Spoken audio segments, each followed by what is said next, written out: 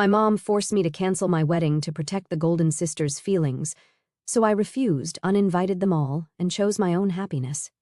You'd think announcing your engagement would be one of the happiest moments of your life, right? Yeah, me too. Turns out, for me, it was just the starting gun for a whole mess of drama I never signed up for. I'm Emily, 30 female, and my fiancé Ryan, 31 male, proposed to me last March. We've been together for 6 years.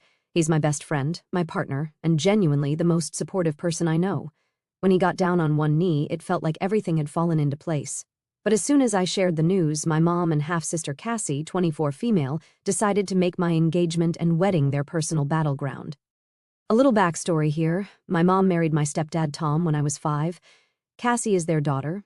And while we grew up together, we've always been more like acquaintances who tolerate each other than actual sisters. The thing is, Cassie has always had this weird competitive streak when it comes to me.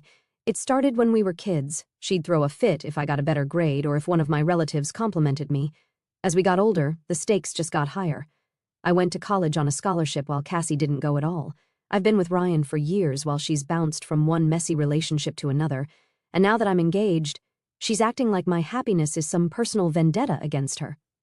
Anyway, Ryan proposed last March during a quiet weekend at home, and we decided on a January wedding. We wanted something small and intimate, a cozy ceremony with about 70 guests. It felt perfect for us. I was so excited to start planning, and I thought my family would be too. Boy, was I wrong.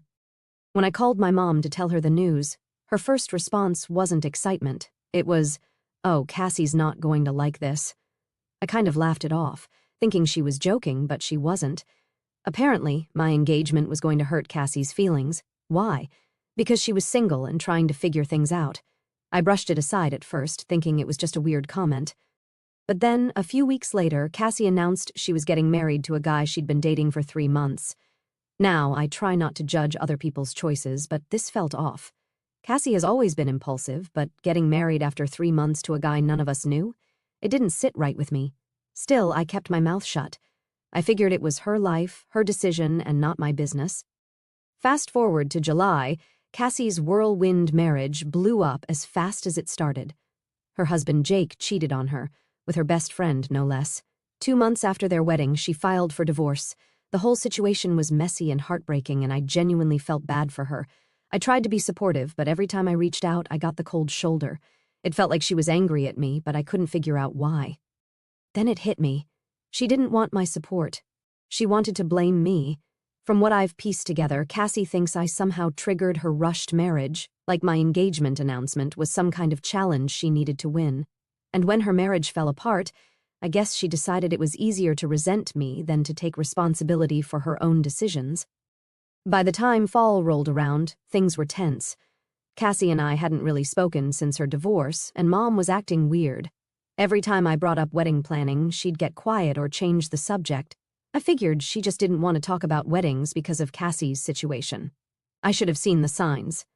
Let me tell you, nothing prepares you for the sheer absurdity of being guilt-tripped about your own wedding. I thought planning a wedding would be stressful because of logistics or budgets, not because my own family would turn it into some twisted competition, but here we are. So it's mid-November, and Ryan and I just sent out our wedding invitations. I was super excited, finally feeling like everything was coming together. That excitement didn't last long. 2 days later, I got the call. It was my mom.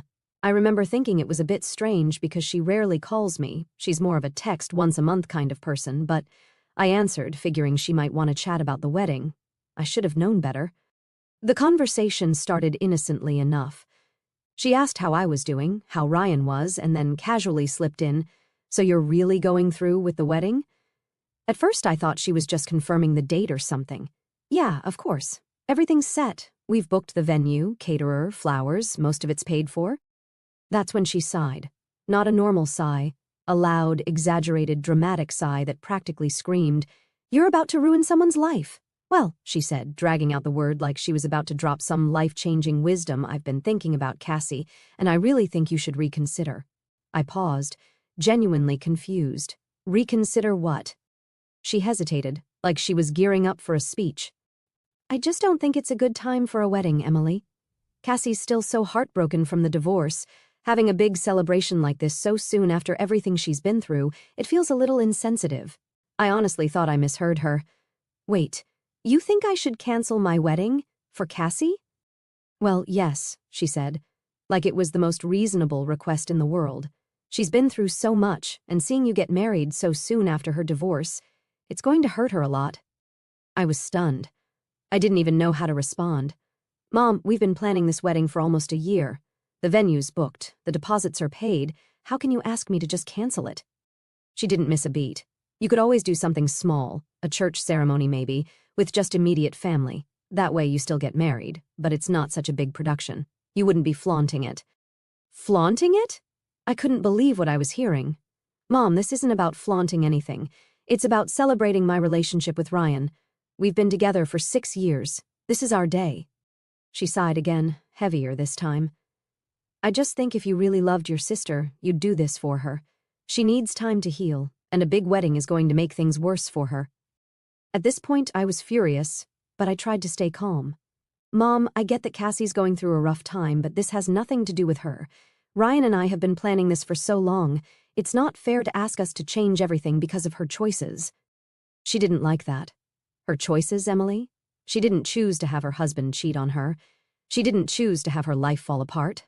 Yeah, but she did choose to marry a guy she barely knew after 3 months. That was the wrong thing to say. Mom completely lost it, accusing me of being cruel and selfish, of not understanding what Cassie's been through. She even threw in a classic, "I thought I raised you better than this." At that point, I couldn't deal anymore. Mom, I'm not canceling my wedding. End of discussion. I hung up, shaking with anger. I immediately called Ryan and told him everything. He was just as baffled as I was. Who asks their own daughter to cancel her wedding for someone else's divorce? He said. I wish I could say that was the end of it, but of course it wasn't. Over the next few weeks, Mom doubled down on her campaign to guilt me into canceling or scaling down the wedding. She'd call every few days, always with some variation of the same argument. Cassie's heartbroken. You're being insensitive. A small wedding would mean so much to the family. At one point, she even tried to rope Ryan into it. She called him directly, saying, "You're such a thoughtful person, Ryan. I know you'll understand why this is important for Cassie." Luckily, he shut that down immediately, telling her we were sticking with our original plans. But then Cassie got involved. She started texting me, making passive-aggressive comments like, "Must be nice to have everything go perfectly for you," and, "Don't you think it's a little soon for a big celebration?" She even brought up the date, saying, "January feels like such a weird time for a wedding. Are you sure you didn't pick it to rub it in my face?" Rub it in her face? I couldn't believe the audacity. I tried ignoring her at first, but she just kept escalating. She started calling me, leaving long, guilt-trippy voicemails about how hard it was for her to even think about weddings and how my insensitivity was making her healing process so much harder. The worst part was how my mom and Cassie seemed to feed off each other. Mom would call and say something like, "Cassie was crying all night thinking about your wedding," and then Cassie would text me the next day saying, "Mom's so upset about how you're handling this." It was exhausting. I was at my breaking point. I couldn't believe how far they were willing to go to make my wedding about them. I knew I had to draw a line, but I wasn't sure how yet. This was the moment I realized just how toxic their behavior was. This wasn't about Cassie's divorce or her feelings. It was about control. They wanted me to put my life on hold to cater to their insecurities, and I was done letting them dictate my happiness. By December, things had officially spiraled out of control. Cassie was no longer content to sulk in private or throw passive-aggressive texts my way. She was now on a mission to drag my name through the mud with anyone who'd listen, and honestly, I was getting whiplashed trying to keep up with all her stunts. It started small. I heard from my cousin Megan, bless her for being the family informant, that Cassie had been calling up relatives to warn them about me. According to her, I was flaunting my wedding in her face to humiliate her.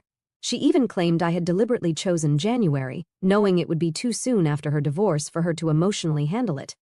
I couldn't wrap my head around the logic. My engagement had been set months before she even got married, let alone divorced. How on earth was I supposed to predict her life would fall apart when I was sending out save the dates? But logic doesn't seem to matter much when someone's determined to play the victim. Her stories got more dramatic with each retelling. Megan told me Cassie was saying things like, "Emily always thinks she's better than me. She's just rubbing her perfect little life in my face because she knows I'm struggling. The worst part? Some family members actually bought into her narrative.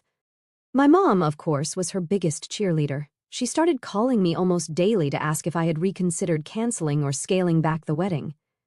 "Cassie's still so fragile," she'd say. "She cried all night after seeing your wedding invitations. You really don't need a big event. Can't you just do something simple?" I stood firm every single time, but it was exhausting. The real breaking point came at a family gathering on Christmas. Ryan and I had been invited to a dinner at my aunt's house, and I thought it would be a nice way to decompress after all the wedding stress. Of course, Cassie and Mom were there too, which should have been my first red flag. Things were tense from the start. Cassie barely acknowledged me, but every time I mentioned the wedding, she'd huff or roll her eyes. At one point, I was chatting with my aunt about flowers, and Cassie loudly muttered, "Must be nice to waste so much money on a party when some people can barely pick up the pieces of their lives." I ignored her, but it was obvious she wanted a reaction. Eventually, the conversation shifted, and I started to relax a bit. That is, until Cassie suddenly burst into tears in the middle of the living room. She was full-on sobbing, shaking her head and muttering, "I can't believe how cruel people can be." Everyone froze.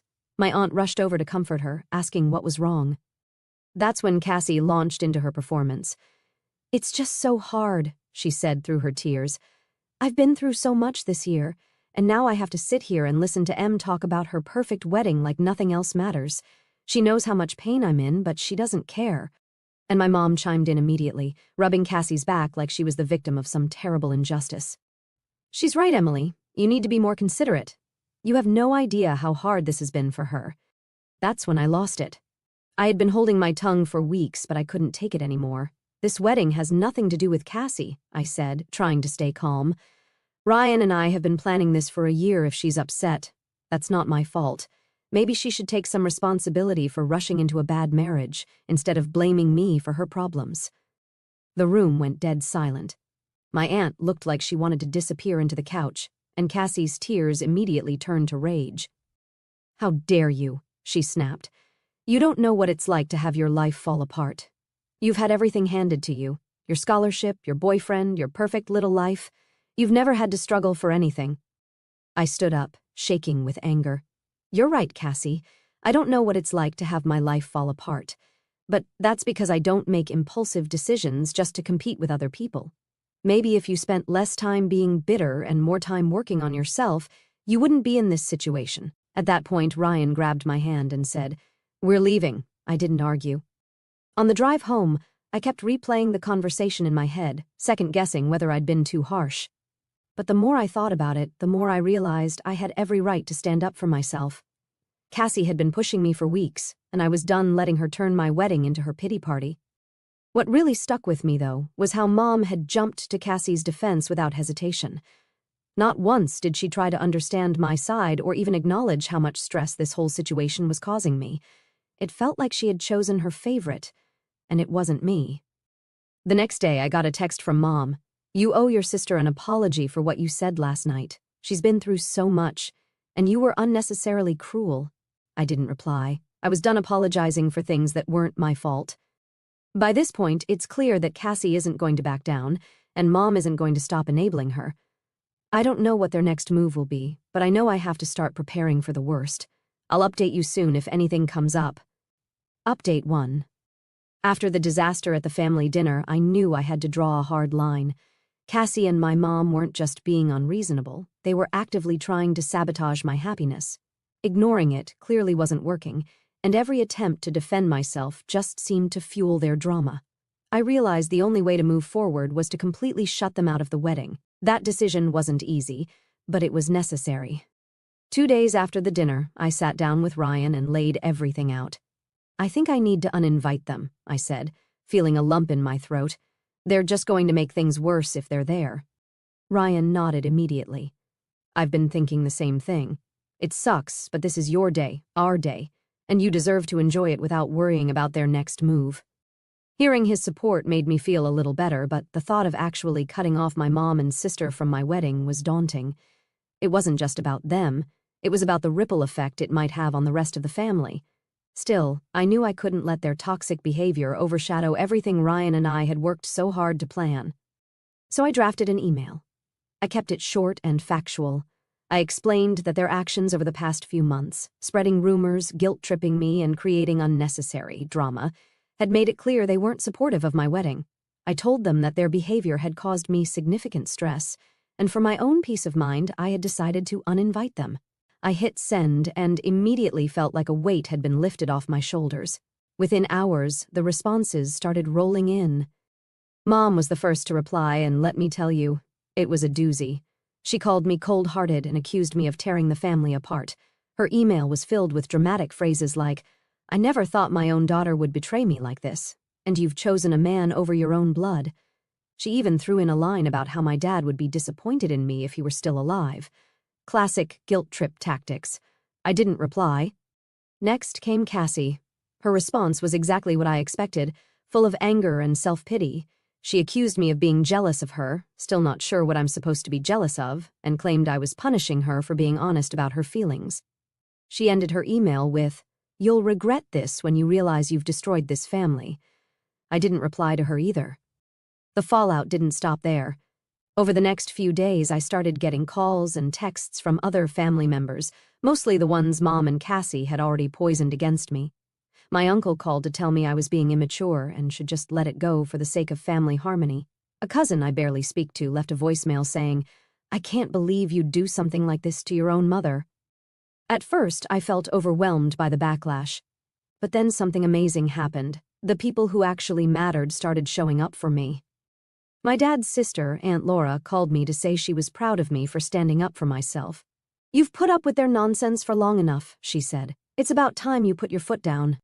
My cousin Megan, who had been keeping me updated on Cassie's antics, sent me a long text saying, "Don't let them get to you. Everyone who really knows you is on your side."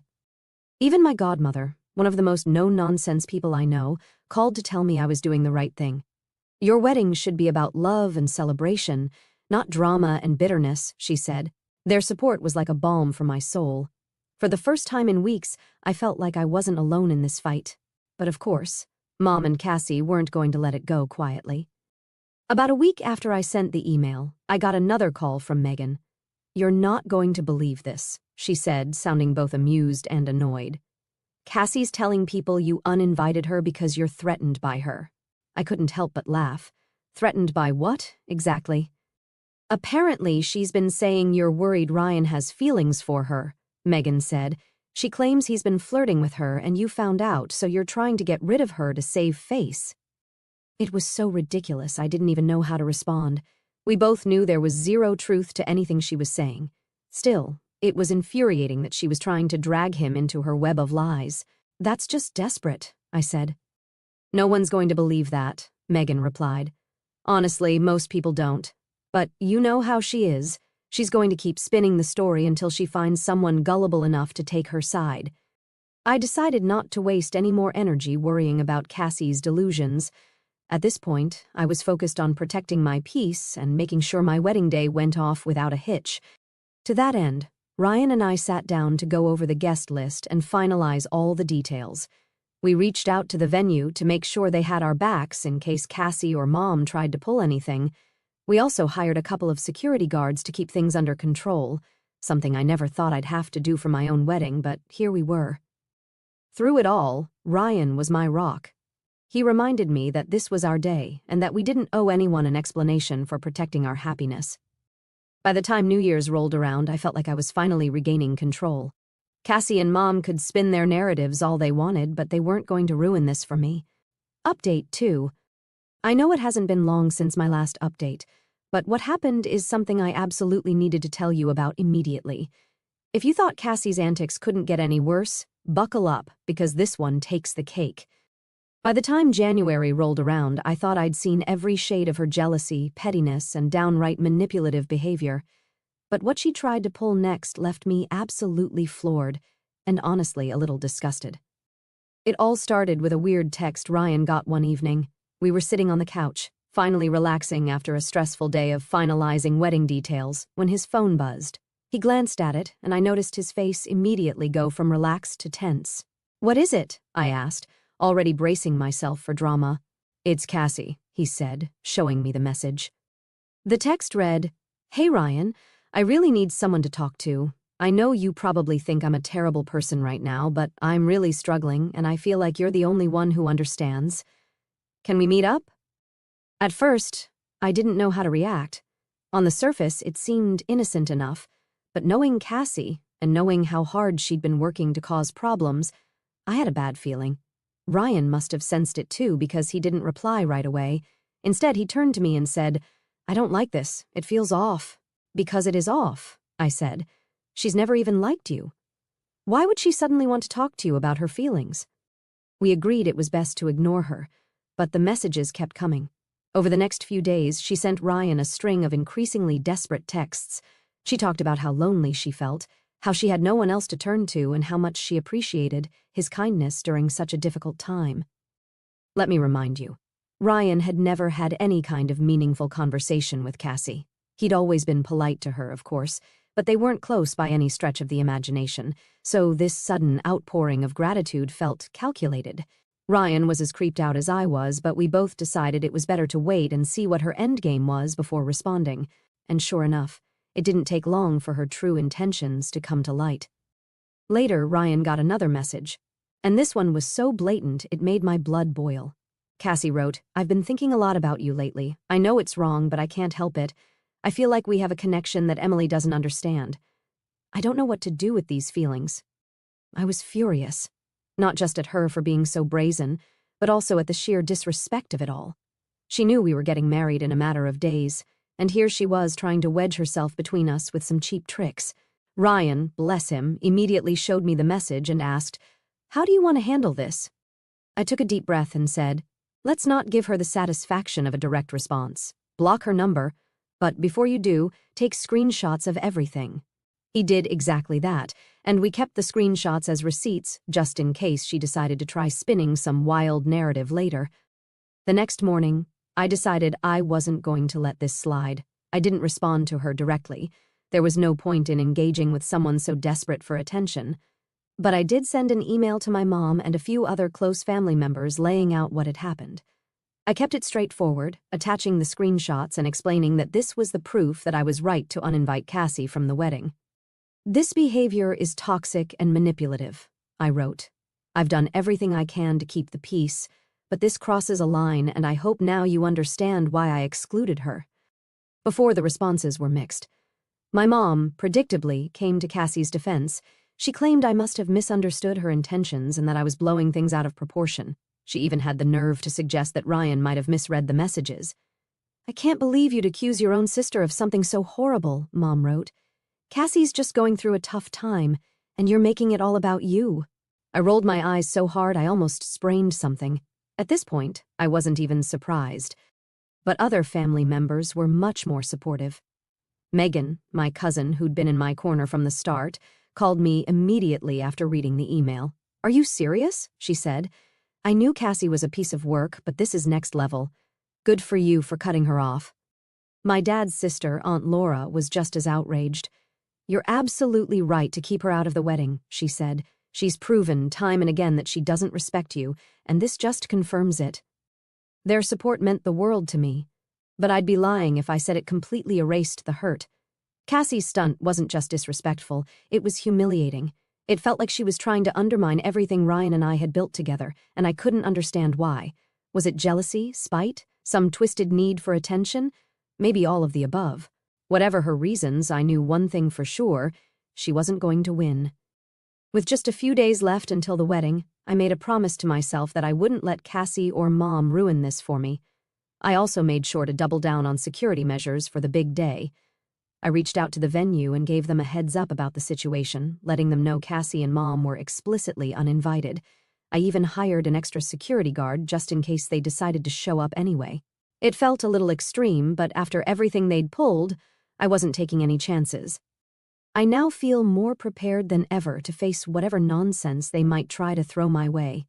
Cassie's dirty tricks might have shaken me, but they didn't break me.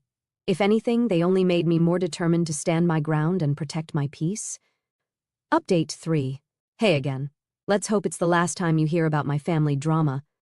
Let me tell you, I thought I had prepared myself for every possible scenario leading up to my wedding, but nothing quite prepares you for the moment when your own family tries to sabotage the happiest day of your life. The morning of the wedding started off beautifully. The venue looked magical with all the flowers and decorations we'd picked out over the past year. The weather was perfect for our ceremony, and my bridesmaids kept me laughing and relaxed while we got ready. Ryan and I had agreed to do a first look before the ceremony, so once I was dressed, I stepped outside to meet him in the garden. The second I saw him standing there, looking every bit as nervous and excited as I felt, all the stress and drama melted away. This was the moment I'd been waiting for, and nothing else mattered. Or so I thought.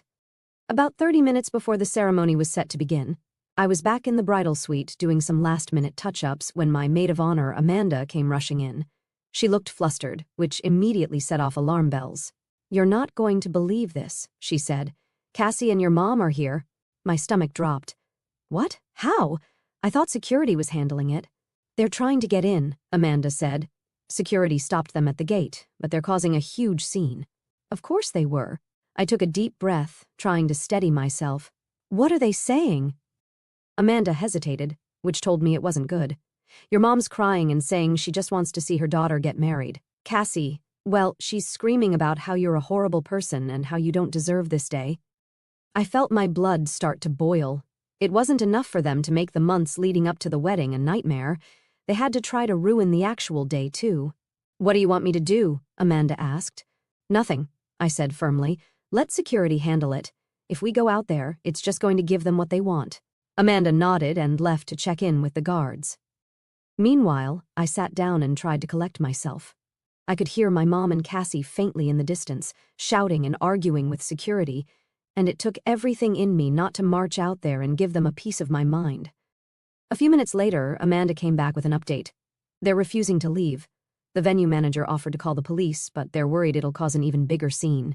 I groaned. This was exactly why I'd uninvited them in the first place. "Do you want me to tell Ryan?" Amanda asked. I shook my head. "No, he doesn't need this stress right now. Just make sure they don't get anywhere near the ceremony." Thankfully, security was on top of it.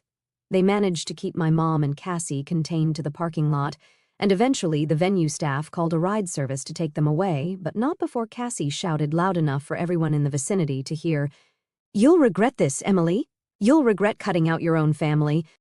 Once they were gone, I took another deep breath and told myself to let it go.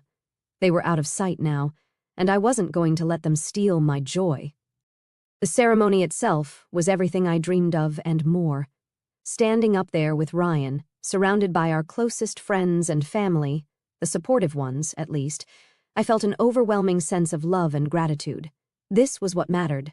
Not the drama, not the bitterness, just this moment with the people who truly cared about us. After the ceremony, during the cocktail hour, I started hearing bits and pieces about what had gone down with my mom and Cassie.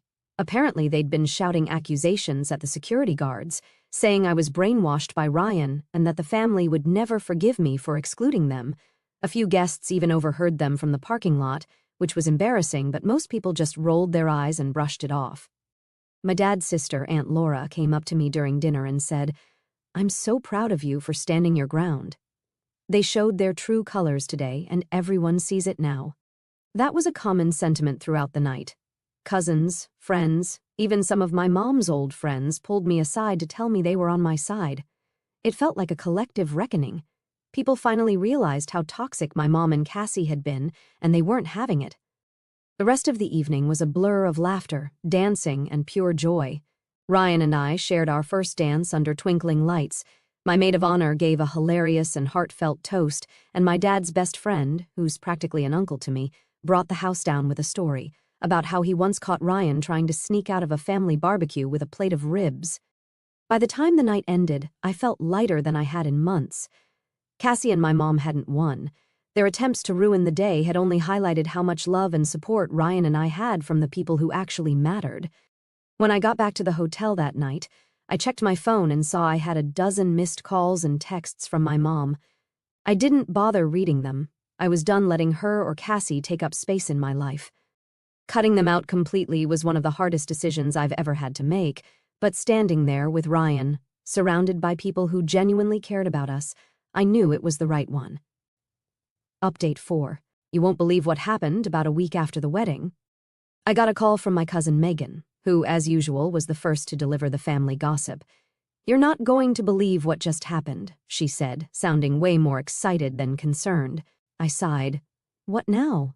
"Cassie and your mom had a huge fight," Megan said, like epic-level fight. "And get this, your mom kicked her out of the house." I almost dropped my phone. "Wait, what? What happened?" Megan was more than happy to fill me in. Apparently, after the wedding, Cassie had been sulking around my mom's house, stewing over the fact that her grand plan to ruin my day had failed. According to Megan, she was blaming everyone, me, Ryan, the security guards, even some random cousin who apparently didn't try hard enough to stop me. The real explosion happened when she turned on my mom. Cassie accused her of not doing enough